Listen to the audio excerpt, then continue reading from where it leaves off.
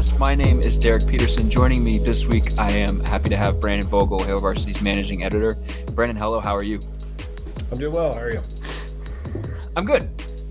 Hopefully this podcast doesn't get interrupted by an Aaron Judge cut-in. How did you feel about that, by the way?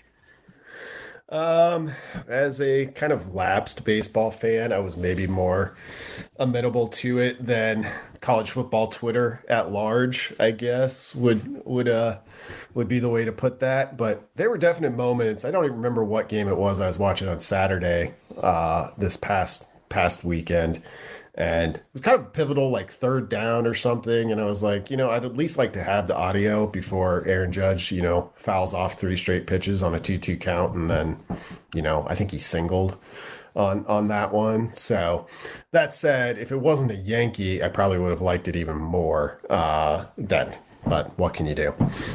Have you seen Tulane did a uniform reveal for this upcoming week? They did it on Twitter. And they showed the cleats, and as the video was panning up, like to see the rest of the uniform, they cut to footage of Aaron Judge hitting baseball. No, I haven't seen that, but that is absolutely beautiful. Tulane has just football. They've just completely leaned into it. They're like, we got disrespected, we don't want to do this again, and so they're just taking the joke and running with it. I appreciate it. It was one of those things where it was like, I've never seen college football Twitter so up in arms about something.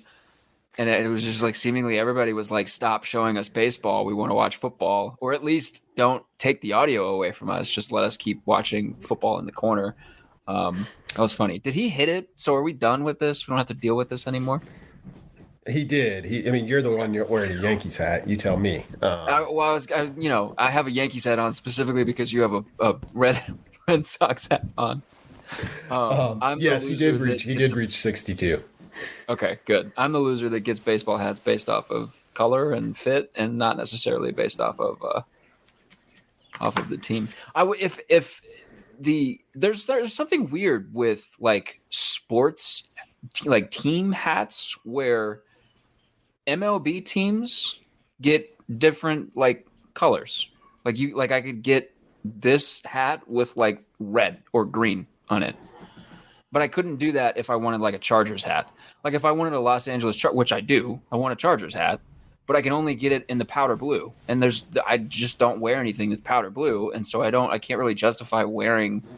It's just very bright for me, man. It's too bright, so I can't justify getting it. So okay, random aside about hats. Jacob Padilla had a really interesting comment in his padding the stats column this week, where he said that in a lot of ways to him, the Indiana game was Mickey Joseph's first game as the interim coach.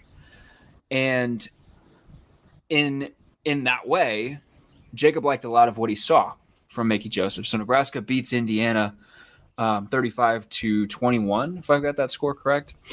And Trey Palmer had a good game. Anthony Grant had a good game. There were some nice individual performances.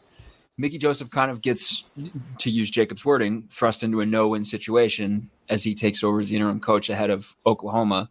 They get the doors blown off.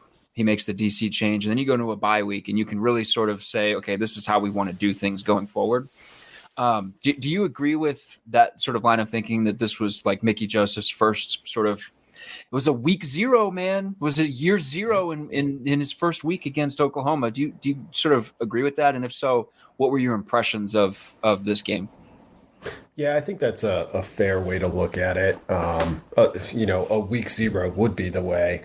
And, nothing you can do. You play the cards that you're dealt. I did enjoy after that Oklahoma game, Mickey Joseph calling on his time in the Oklahoma NAIA ranks said, this wasn't Oklahoma Panhandle coming to town. This was OU. So the size of that challenge was apparent to everyone. You make another change after that game and with Shenander, and you have a week to basically kind of reset. You're not picking up somebody else's chessboard in the middle of the game. You get to start over, and got the results they needed against Indiana.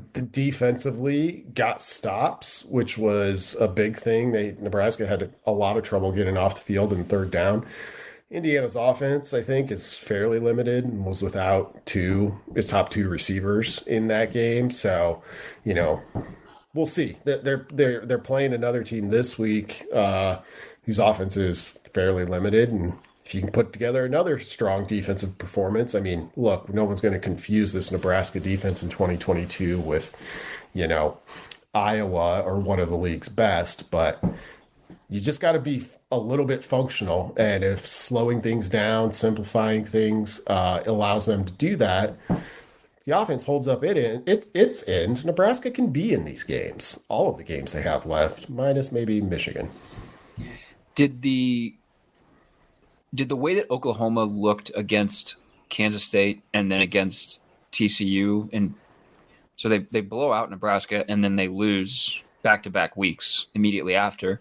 Did the way that either of those games look, did that change maybe the way that you viewed the Nebraska game, or did you just take it as like, you know, this was a lost game, this was a nothing game, the Nebraska OU game, and you know we're not going to learn much about it? Yeah, no, I didn't treat the OU game that way going in, so it would be unfair to treat it that way now. I mean, I think, well, I know I thought, and I think a lot of people thought, like, okay, you make the Scott Frost change before that game, and let's see what a new voice can get you.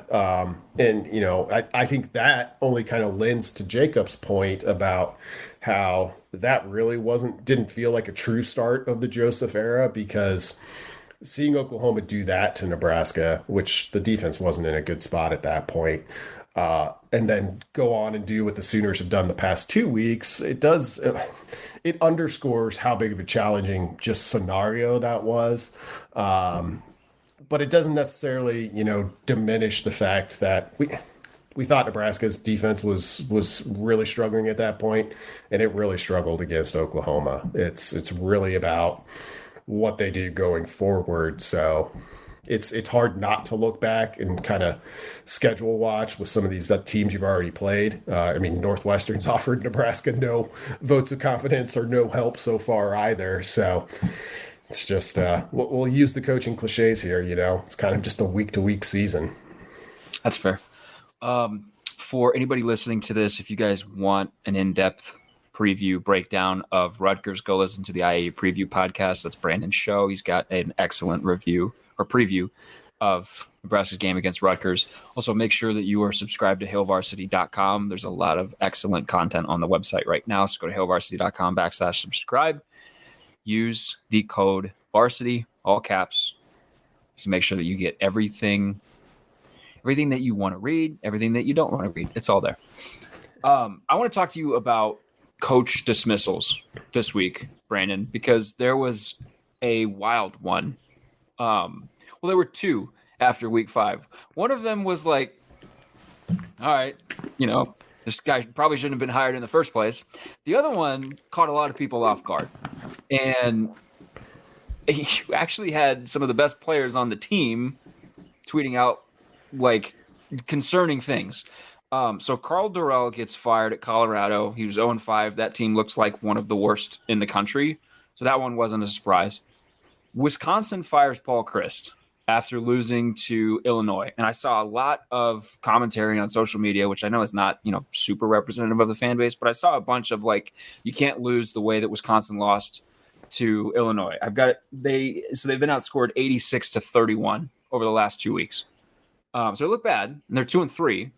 But Paul Chryst is also 67-26 as a head coach at Wisconsin, and he gets dismissed. And you have Jonathan Taylor, no, it's not Jonathan Taylor. You have Braylon Allen tweeting essentially like, if you're against Paul Chryst, you're against this team. And so you got some interesting stuff going on in Wisconsin. Did this firing, dismissal, parting of ways, whatever the team wants to term it, did this catch you by surprise? Yeah, the Chryst firing shocked me. You know, and I can get it. I think it was Jesse Temple had a really great kind of long write-up of, hey, here's why this happened at Wisconsin for The Athletic. And a lot of it read pretty familiar to me from I mean, I was just kind of getting started in media when Bill Callahan was fired. And then obviously remember the Bo Pelini era quite well. We were covering that one at Hale Varsity. But even thinking back to just kind of observing Solich, like, which those were the two that drew some pretty close comparisons because the numbers are really pretty close between Chris, Pelini, and then Solich. And I think the closer you were to Wisconsin in this instance, or the closer you were to Nebraska in those instances, like the more you could kind of be like, yeah, it's tough, but I see it. You know, with Solich, it was recruiting. With Pelini, it was pretty similar to, I think, where Wisconsin was at. It's like, yeah, you're at a high level, but fans are always going to want a little bit more until you reach the ultimate level. So, and there was some recruiting stuff with Christ as well, it sounds like. But one of the things that defines Wisconsin football over the past, 30 years is being the program that's kind of removed from, I guess, the regular rat race, the trends in college football, because there's nothing more trendy right now than to fire your head coach and pay however much it costs, it seems. So, I mean, the last coach that got fired was the one that got fired to make way for Barry Alvarez. And then basically the modern Wisconsin program we know now goes on from that. And they lost two coaches, but didn't fire anybody. So jumping, like, it brings you back. It removes kind of that special trait that you have of being a little bit of exempt. And it's a big gamble. If that unique trait of stability kind of gets you to perennial West favorite, which there's probably not going to be a division pretty soon, and a top 15 ranking almost every year, yeah, it's natural to want more than that to see if you can get all the way to the top, but it comes with a pretty big deal of risk. So I was surprised to see Wisconsin make the move, period, but specifically surprised to see him do it this early. We got a couple of think pieces last season when coaches got fired in season. You said it's trendy to fire your coach and pay a big, huge sum to do so. It's also trendy to do that in the middle of a season. Like this was the fifth Power 5 head coach that's been fired in the first 5 weeks of the season. We got some think pieces last year where essentially it was looking at like there are only X number of teams that could win a national championship every single season, or any given season. So if you're hiring a coach at any program with the intention of winning championships, more often than not, whoever you hire is going to be considered a quote unquote failure of a hire because he didn't win a championship. Can Wisconsin win a national championship right now in like this era of college football? You could probably get the guy that thinks that they could get Nick Saban, and he would tell you, yeah, sure, they probably could. But I think most people would say, no, not unless there are major changes, and not unless Ohio State implodes, like because you still have to deal with Ohio State in your conference. So there was a bunch of conversation last year about certain schools need to quote unquote accept their lot in life. And hire and fire and retain and all this other stuff in the athletic departments based on like relative expectations. Like, no, keep in your lane, so to speak. And I feel like we're going to get a little bit more of that this season as coaches continue to get fired, because we've seen, Nebraska fired Scott Frost. We've seen a couple of Pac-12 programs fire. We've seen Georgia Tech get rid of Jeff Collins, who just never won anything at Georgia Tech, but also changed them from a triple option offense to a more modern offense, which is going to, I feel like that's going to take 5 or 6 or 7 or longer years to really like get yourself away from that because the recruiting is so different. He gets a few years and then he's gone. And now we've got Paul Chryst at Wisconsin. I guess here's the kind of jumping off point I want. Do you sort of agree with that line of thinking that there are only a handful of teams who could win a national championship in any given year? And if you're not one of those teams, you should be fine with 9 wins. You should be fine with what Paul Chryst gives you. You should be fine with the random season where you lose by 20 points to Illinois. Yeah, I mean, I think that's always the zoomed out view, I think. And I get it. It's the practical and pragmatic approach. That said, I think it's hard to effectively tell a fan base, like, hey, stop dreaming. Like, you've got a really good job. You have a nice house, a nice car. Like, you don't need a bigger house and a bigger car. I mean, because that's effectively what it is. And those programs that kind of occupy that space stand out a little bit. Like, and Wisconsin was one of those. Iowa is maybe the classic example. And how much longer is Ferentz going to go? Is that the key to Iowa being like, hey, you know what? We're just going to do our thing. We're going to win the division every couple of years, and then we get to take a shot at the Big Ten championship. And if you win that, you're in the playoff. Well, the problem is you've got an Ohio State there that's basically like a pre-playoff game, because that's how good you have to be, not just like execution wise, but athlete wise, how good you have to be in playoff contention. So if Wisconsin is jumping into well, we're going to do everything we can to be the next Clemson, which I don't think anybody would say they should think that they can be Clemson right now, but that's kind of the bet that they're making. How many of those programs are even left? Like Oklahoma State maybe comes to mind, but even that, like, I don't know all of the inner workings at Oklahoma State of like, are they good with just like what Gundy has gotten them? Because I look at it and I'm like, that's really good. Like, you should be happy with that, which goes back to, well, exactly. And it's like, and who am I to say, Oklahoma State fans, be happy. This is great. You could fire him or he could leave. And then it's just, you're like cast into the randomness of coaching hires, which is tough to do. And the other thing that sort of gets in the way of, an athletic director or a chancellor or a president that's like trying to make these decisions or going into these hires is the fact that, like, let's project 3-4 years from now, whenever the full big payout is coming from this next media rights deal, Wisconsin's going to be making the same money that Ohio State is. When Ohio State goes to the college football playoff, the revenue from that playoff appearance is going to get distributed throughout the conference. Wisconsin's athletic department is going to be able to tell itself, look at all this money we're getting in. We need to invest it back into the football program so that we can be competitive in recruiting, so we can be competitive with facilities, so that we can be competitive with coaching salaries and all this other stuff, keeping up with the Joneses.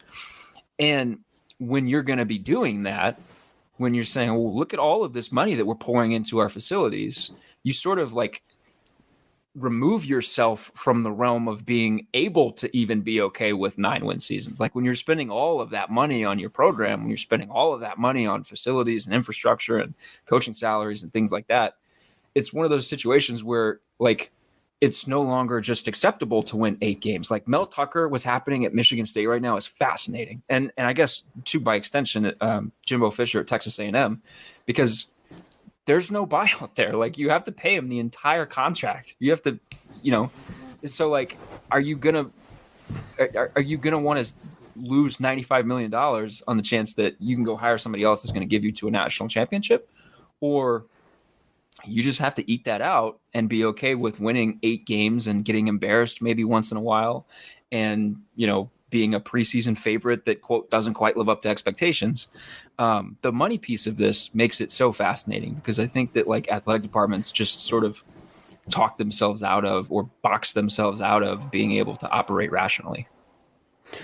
Yeah. I mean, the money in college football has always been kind of insane. And it's only going higher, particularly in the SEC and the Big Ten to start. But if it goes higher there, then when those other conferences, get their chance at it, those go up as well. And I mean, like, money just in college football, it's always been crazy. It just doesn't even seem real anymore. Like, you're talking about Jimbo Fisher, like, I know what it is. And if things go really south, even from where they're at right now for A&M, like, it wouldn't surprise me at all. Basically, I'm at a point where it would not surprise me if anybody got fired, because, I'll use Colorado and Carl Durrell as an example. The line on him that I kept reading over and over was like, oh, Colorado's stuck. They can't do anything. They don't have the money. The money always shows up somewhere. Like it doesn't matter at all. So anytime going forward, I hear like, oh, it's too expensive to get rid of him, I'm just be like, no, it's not. Gus Malzahn. I mean, so really for me, like this trend of earlier firings kind of starts in 2020. It's a good example because you remember that pandemic year. I think the common line of thinking there was, well, these programs are taking a huge financial hit. There's basically not going to be a coaching carousel. Gus Malzahn gets fired. They owe him $25.5 million. Will Muschamp, $15 million. Tom Herman, $15 million. We saw with Nebraska, could have saved $7 million. Didn't matter. Made the move. So you have that. Obviously, early signing is kind of the hard out here for, I think, why this is happening earlier. But last year, you had 2 coaches fired in September. Randy Edsall, quote unquote, resigned.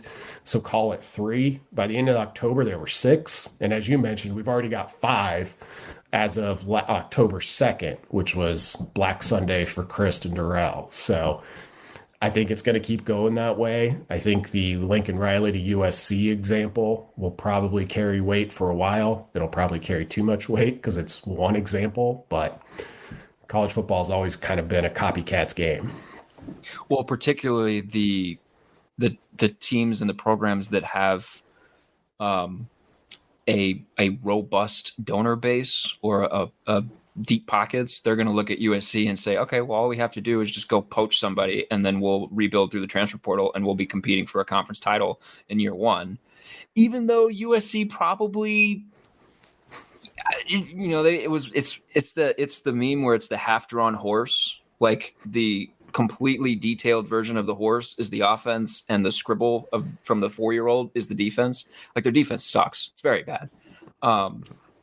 And they probably, I don't think they're going to win a Pac-12 title. I think they'll get there, but I don't think they're going to win the title. But if they get there, I think it's going to lead to a bunch of teams, maybe Texas A&M, that says, okay, well, we can do that. We can just do that now. I was listening to Kyle Whittingham at Utah talk about his press conference on Monday, and he was asked about sort of this exact thing that's happening, coaches getting fired in season, coaches getting fired earlier and earlier. And he pointed to the early signing period. That's where I want to go next. That's leading this in a bunch of ways because, like, yes, teams want to be able to have a long runway to sort of vet your coach to figure out who's going to be the right guy. But you need that long runway because you basically have to have your signing class done in December, because we have 2 signing periods right now, one in December, one in February. But we've seen and heard from coaches all over the country who say basically like you have to be done in December because kids, there's just not going to be a ton left in February. There's going to be, the Josh Connerleys that sort of like, straggle on out there. But for the most part, your class needs to be done in December. And unless you want to, deal with like an Arizona State situation where your class just sucks and it really is going to set your program back a little bit, you have to have a coach that can come in and, have the time to build a class like right away. And you could even look at USC where Lincoln Riley did it all with transfers. I mean, they had like 6 high school freshmen. So like if some of those transfers don't immediately hit the way that they think they're going to, like this is a completely different conversation. And you've got really wide variance taking transfer players who are in the portal for whatever reason. Some of the guys, they go into the portal. We look at the player who's coming from a Power 5 school, maybe an SEC school, who was a high 4-star recruit, maybe close to a 5-star recruit, but just never played at his previous school. And we're like, oh, he's gonna step right in and be immediately beneficial. And it's not always the case. So do you think this is a problem? First of all, like, do you think that this is an issue, the early signing period? And if so, like, would you like to see it pushed so that maybe we're not getting these in-season coaching firings? Good question. I don't think so. I think the benefits to the prospects, I'll worry about them before I worry about, guys getting $20 million not to work and guys getting new $7 million contracts. Not that, that's an oversimplification, obviously, but, I think it works, it works well for high school prospects out there. It allows them to get this process done if they want to earlier. And But it does, and it's taken a while to fully see the effects of that, but it does move the timeline up, not just, okay, so mid-December, you're going to sign the bulk of your class. So you want a coach that's basically ready to go, the Monday after Thanksgiving, depending on, what the program is and whether they're still playing or not.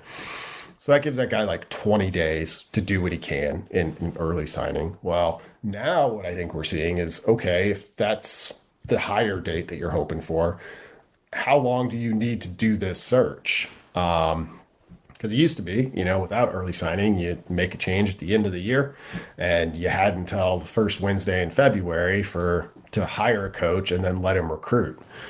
Now, I think it's getting earlier because these schools realize it's a massive decision. I mean, they always knew that, but it's a massive decision, and you're going to want some time to make sure you can get it right. And I mean, like, it's almost too much to even get into, but like all of whatever happens behind the scenes has to be crazy, because instead of doing this all, in a week where not many teams are still playing, like the first week of December, now you're reaching out or making contact or however that happens with anyone to gauge interest. And they're like, yeah, in theory, I might be interested in your job, but I got to get ready to play Southern Miss in 3 days. So it's just got to be a little bit chaotic on that front.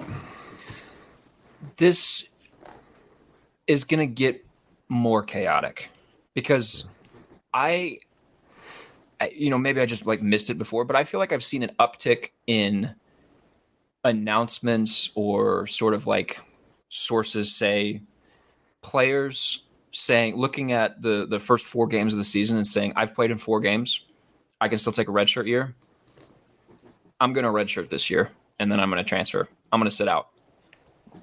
So if we're seeing that more, and I think, that's one of those things where it's like with transfer portal window implementations, you're getting those decisions now, and then the player's just not playing for the rest of the season. They're able to maintain a redshirt year. They're able to sort of save the year and then figure out where they want to go. And maybe they've got a little bit more time to figure out where they want to go. Because as we've learned in college football, teams don't always play by the rules.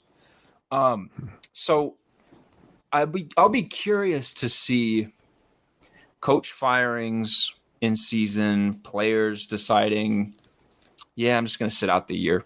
I've played 4 games. I'm just going to sit out the year. I'll be curious to see what happens to some of these seasons. So Georgia Tech fires Jeff Collins. They go out and they beat Pitt. Pretty good win. We'll see what happens with Wisconsin and Colorado. They obviously just did it, so they haven't played a game since. Nebraska lost the first game after it fired Scott Frost, and then had a bye week, and then came out and looked pretty good in a win. And got its, by the way, first Power 5 win in 364 days. Wild. Arizona State sucks. They're probably not going to win too many more games the rest of this season. So, like, the thing that I'm getting to is we're going to get situations where seasons are just like lost. Like, they're just nothing seasons, and that becomes apparent like 4 games in. Like with USC last year, like the season was just done. Like they weren't going to win any more games. It wasn't going to matter, and that was just what it was going to be. And for what does that do to the quality of the sport? Like if we're going to see that more and more, what does that do? Do you think that that's a concern? Yeah, I find it personally concerning. I think it's a really good point, because it is going to be that way. It felt that way at Nebraska. And, in that case, like making the coaching change as early as they did almost added some intrigue, because now not only do you have that to like to talk and think about, which like I like to do anyway, in terms of, who are good coaches, how do you know, et cetera, et cetera. But you also had the chance for a little bit of new life. That said, I don't know that that's going to be the case most of the time. I think USC last year was a good example. Arizona State, seems like it's not a Mickey Joseph at his alma mater situation. They seem like they're totally going to turn the page to something new and different. And played pretty well against Utah and USC for a bit. I'll give them that, but yeah, they're not in a very good spot. So, I mean, I think it's easy to look at all of the change of, say, the last 5-6 years, early signing, NIL, transfer portal, and that's all kind of poured gasoline on the fire. But I think big picture wise, this looks to me like kind of the continual, and this has been happening since basically the sport started, continual commercialization of something that I think we still enjoy and think of on a kind of commercial free level. Like, why do you love college football? Why do I love college football? It's not because of the business of it, the money that is made for the schools, the coaches, it's something much more base level than that. It's the helmets and the uniforms and the bands and, everything that's involved on a college football Saturday. And that stuff's all still there. But everything just seems more and more professional. Like the conferences are different, rivalries are dead, et cetera, because there's a lot of money to be had. And having a season that feels dead after 4 games is probably going to be another casualty of that kind of quest. And I understand why schools do it, but it's tough. I think everybody sits back and wonders, like, well, how many more of these things can I see just kind of fall by the wayside before this isn't the thing that I started out like enjoying and loving? So maybe that's a dark and bleak answer, but that's my answer. Well, here's a potentially bleaker hypothetical. Do you envision a scenario where, so we've seen schools more and more say, all right, we're 4 games in, we probably should have done this in the off season. We gave you, a couple of chances, like in Herm Edwards' case, like everybody knew that Arizona State was ultimately going to fire him because of the NCAA investigation. And then they lose to Oklahoma State on the road. Okay, expected. They lose to Eastern Michigan at home, and immediately he's out. Like basically like one unexpected loss, and he's out. So you should have just done it, before the season started, and then you give yourself even a longer runway, maybe. Yeah. But so we've seen that happen more and more, where teams, programs are just going to say, all right, we're 4 games in, you're out. We're going to find somebody new. If we start seeing more and more players say, all right, 4 games in, I've got a redshirt year, I'm going to save it. I'm going to go into the transfer portal at the end of the year. I'm going to, play the field a little bit, survey my options, figure out where I'm going, and then we'll hit the ground running. Do you envision a scenario where in those lost seasons, quote unquote lost seasons, coaches, like the next coach gets put in place during the season? Like they find the guy that they want by, let's say, like they fire their current coach in week 4, and then they find the guy that they want, and they've got sort of a wink, wink, nudge, nudge agreement with that guy by like week 7. Do you envision any scenario where either like, behind the scenes or just completely out in the open, that coach switches jobs in the middle of the year? I'd be surprised to see a coach switch jobs, but I wouldn't be surprised to see the incoming head coach basically take over before the previous season was over. So Clay Helton could have done that last year, basically. Fired, he's available. Georgia Southern a couple weeks later makes its move. And I think they announced that Clay Helton hiring at Georgia Southern, if I'm not mistaken, in like early November. So theoretically, if he's like, okay, well, I'm going to hop in there, we've still got our same offense coordinator, defense coordinator, we run the same stuff, but I'm going to start coaching now and start recruiting now. I mean, he did start recruiting then.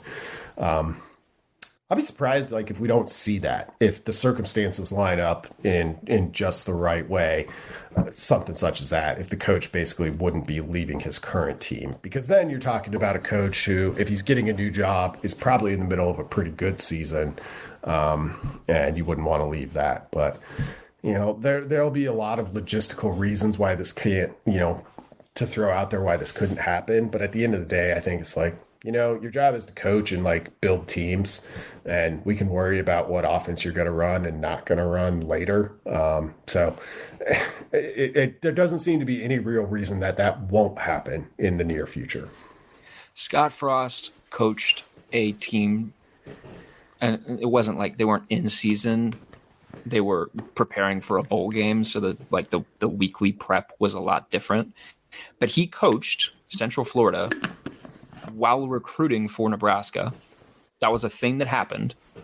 And I bet if you asked him, he'd probably be like, it was a nightmare. I don't really want to do that again if I have the chance. Because I imagine it was a bunch of jet lag and completely like no sleep nights. But he did it. And it happened. UCF won their bowl game. And Nebraska signed a pretty decent class, if I remember correctly. Maybe. I don't want to be. It was decent. It was most remembered for completely falling apart. And like the attrition rate was through the roof, even at a high attrition rate place like Nebraska. Rate, yeah. It looked decent initially, and then everybody left. But that was also true of like basically every class that he signed. So anyway, so like, because I feel like it wouldn't be the wildest thing if we got stories that, you know, hey, yeah, this coach like coached out the final 4 games of his season at his current team, but he did so while also recruiting like under the radar for his next team, and he had already accepted a job with the next team, and he was doing like prep work, like setting the foundation, setting groundwork for that new team. Like I could see that happening, absolutely. And that would be a very different like college football landscape. Yeah, it definitely would. I mean, there's nothing stopping, and I know this is a little bit different from what you were just describing, but there's nothing stopping Colorado from making Scott Frost its interim coach right now. Which, I mean, sounds crazy, but like, I mean, okay, Scott Frost is a bad example because his resume didn't come out of Nebraska, maybe looking its best, but say Colorado can convince Chris Peterson to come back from TV land and be its head coach, like why not? It's particularly for a guy like that who's accustomed to being kind of like a CEO type of coach. It's not his job to call the plays, like it's his job to do everything that gets them in a spot to have the best plays. Like why not? Like there would be a ton of upside, I think, for the existing staff because you get an 8-game tryout basically with the guy who's going to be there after you're potentially gone at the end of the year. So it sounds crazy, but I mean, college football is pretty crazy. Here's another why not scenario. Nebraska has gotten to a point where it's like we need to just rebuild ourselves to like 9-win seasons every year. And then we'll build from there. We don't need to hit let's hire Jimbo Fisher. Let's hire Nick Saban, Brian Kelly right now. Maybe they are. I don't know. Trev Alberts decides, hey, a guy that had a 67-26 record just became available, has intimate knowledge of the Big Ten West, has intimate knowledge of one of the teams that we need to beat to win the Big Ten West. And is a pretty good coach, as proven throughout his time in the Big Ten West. Why don't we just hire him right now and bring him in and go from there? Are you saying Trev Alberts should hire Bo Pelini?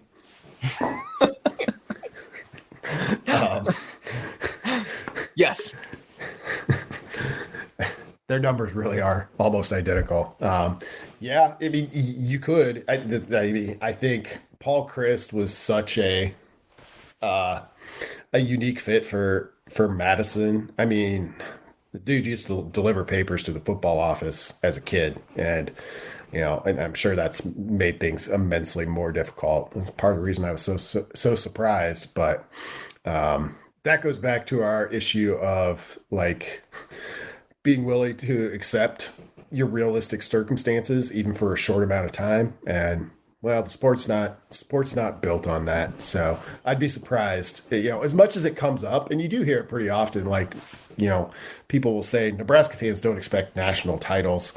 Now they just, want something close to Iowa, Wisconsin, like good football, hard-nosed, hardworking, and you put yourself in the discussion, and you never fall too far. Yeah, I agree that sentiment comes from somewhere, but do that for 7 seasons and then see where you're at, because that's basically what happened with Bo Pelini. Yeah, I would argue that a lot of these hiring processes, they're not necessarily like, okay, well, we can hire the coach that will help us compete for a national championship, or we can hire the coach that will just get us to bowl games every year. I think it is more because if you're a program like this that could even attract one of those coaches in the first place, it's because you've been bad and you've been very bad. And I think in a lot of situations, the hiring team is just like, we just want to see good football again. Like we just want to play competent football. We want to have a baseline level of competency that we need to hit. So we're going to hire a coach that's going to let us hit that. And it's not necessarily like, okay, we're going to hire the guy that's going to hit a double every single game. We're just going to hire the guy that's going to be able to get on base anyway, in any shape or form. And like, I don't really know where I'm going with that, but yeah, I mean, I think that's like, I think that's part of this. I mean, I think that there are certainly teams that go into this and they're like, well, look at all this money we have. Why not us? Why not? To go back to Arizona State, everybody calls them like a sleeping giant. Well, they've been asleep for decades. So are they really a giant if we've never seen them? But then there's a program like Nebraska where it's like, if you hired Paul Chryst, could Paul Chryst win a national championship in Nebraska? That's an actual question I'm asking you. No, I don't think so. Okay. I don't. I think he was pretty topped out with where he was at Wisconsin.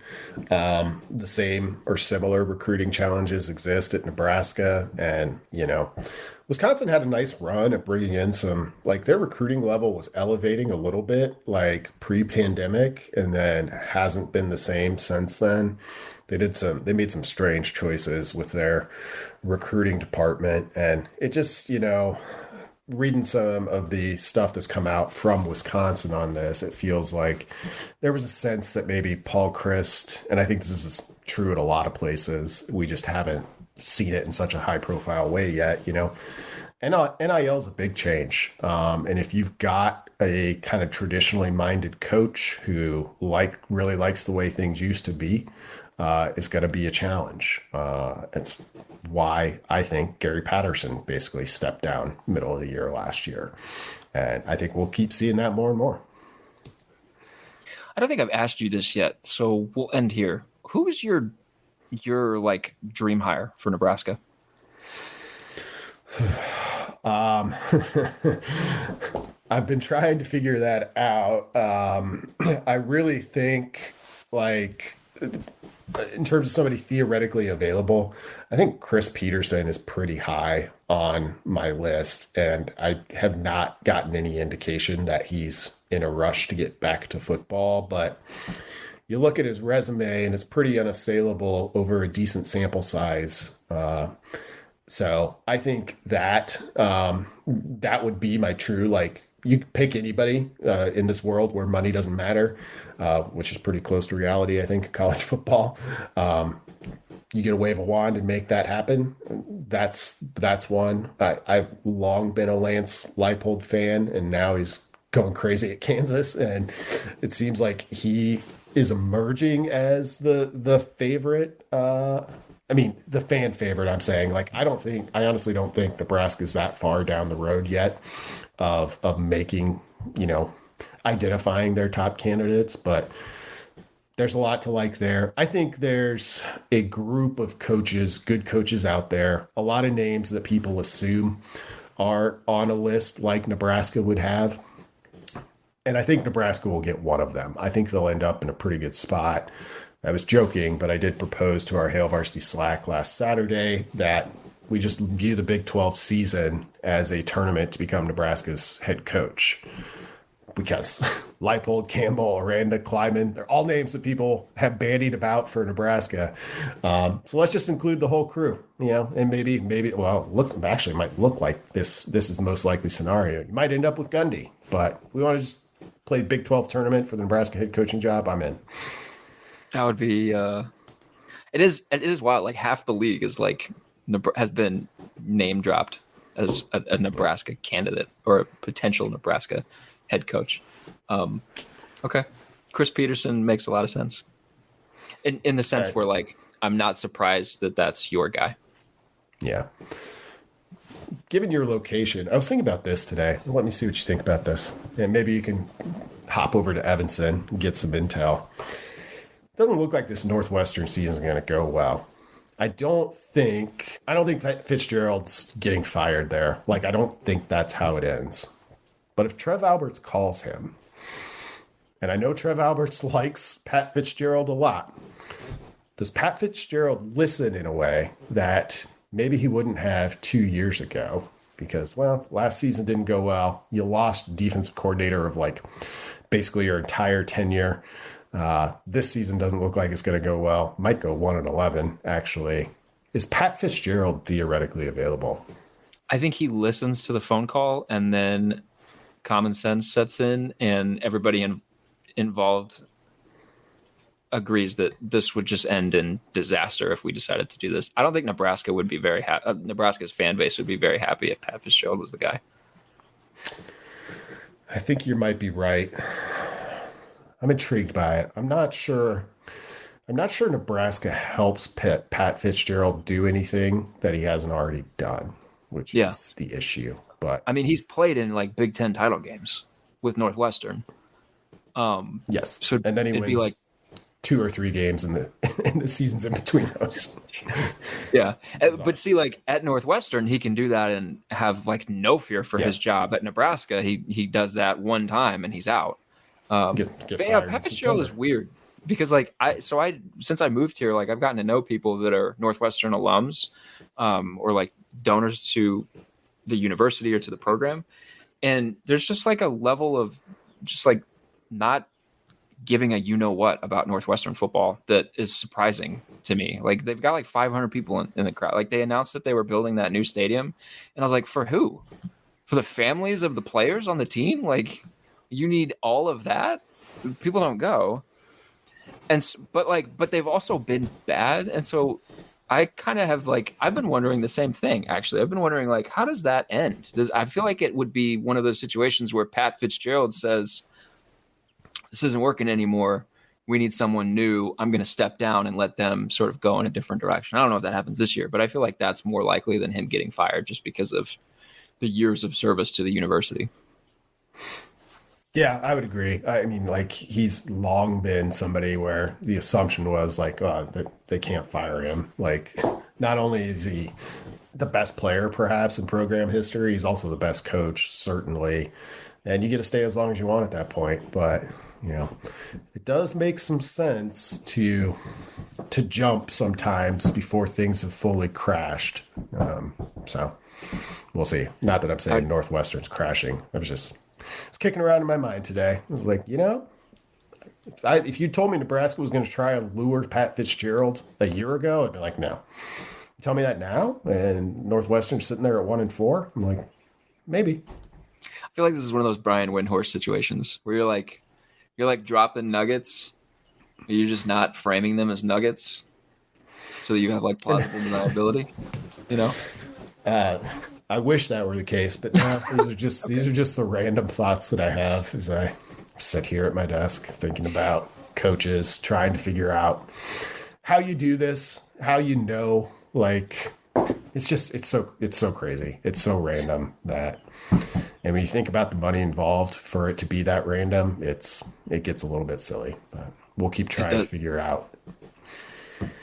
And that's why we call it silly season. Now that I'm thinking about Pat Fitzgerald, what's the likelihood that he's one of those guys that just he leaves the job that he's currently at one way or another, is no longer the head coach at Northwestern, and then just fades into obscurity? We just don't see him again.